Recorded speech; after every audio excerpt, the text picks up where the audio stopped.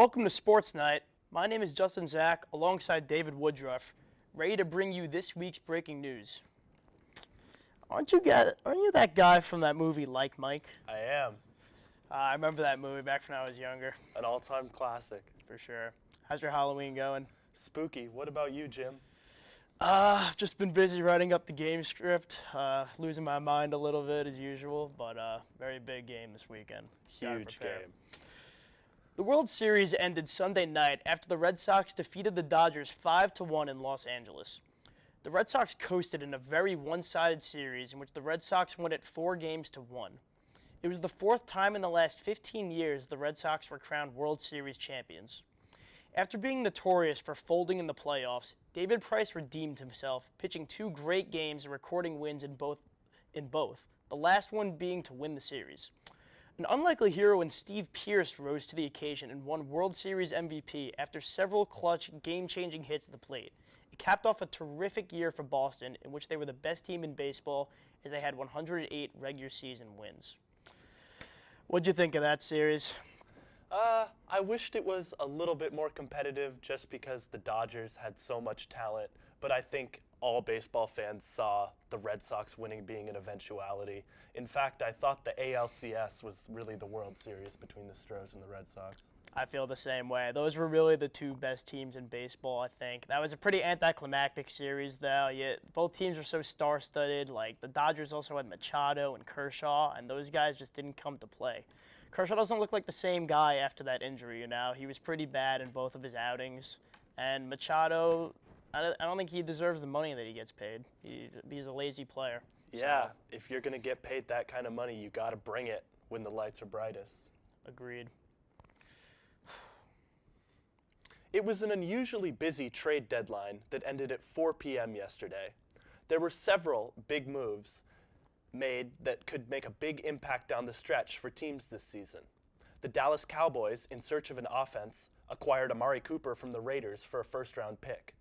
The Rams acquired rusher Dante Fowler from the Jags, adding to their stout defensive line.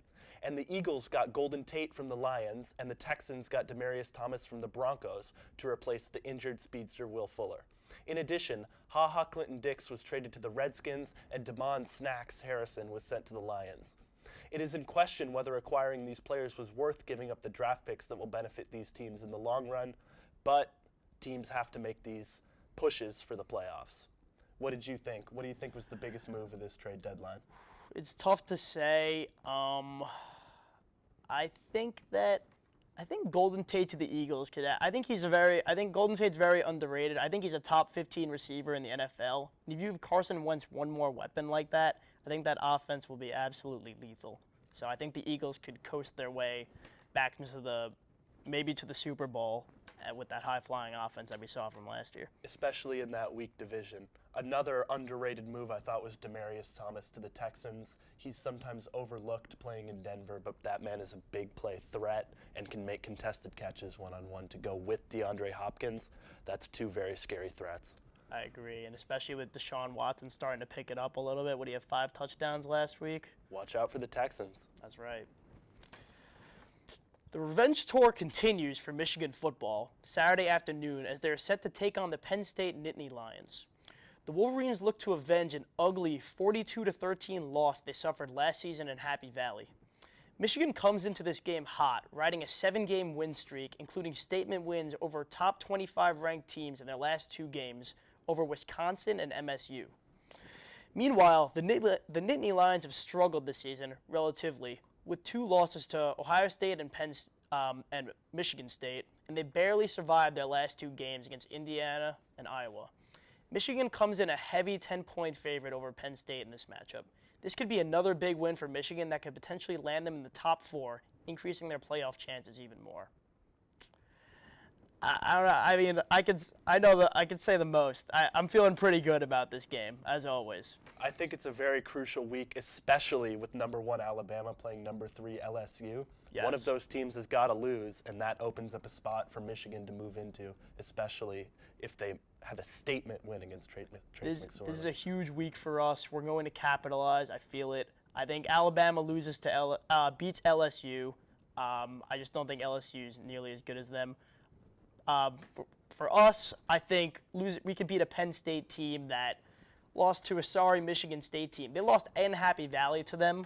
I think the way our defense has been playing too, and Penn State's leaky defense, I think we're just the better team in this game. Also, having home field is huge because you know how we play at the Big House. The Big House is definitely a major play. Yeah, so you can catch us next week on Sportsnite. Thank you very much. I'm Justin Zach, David Woodruff. We'll see you next time.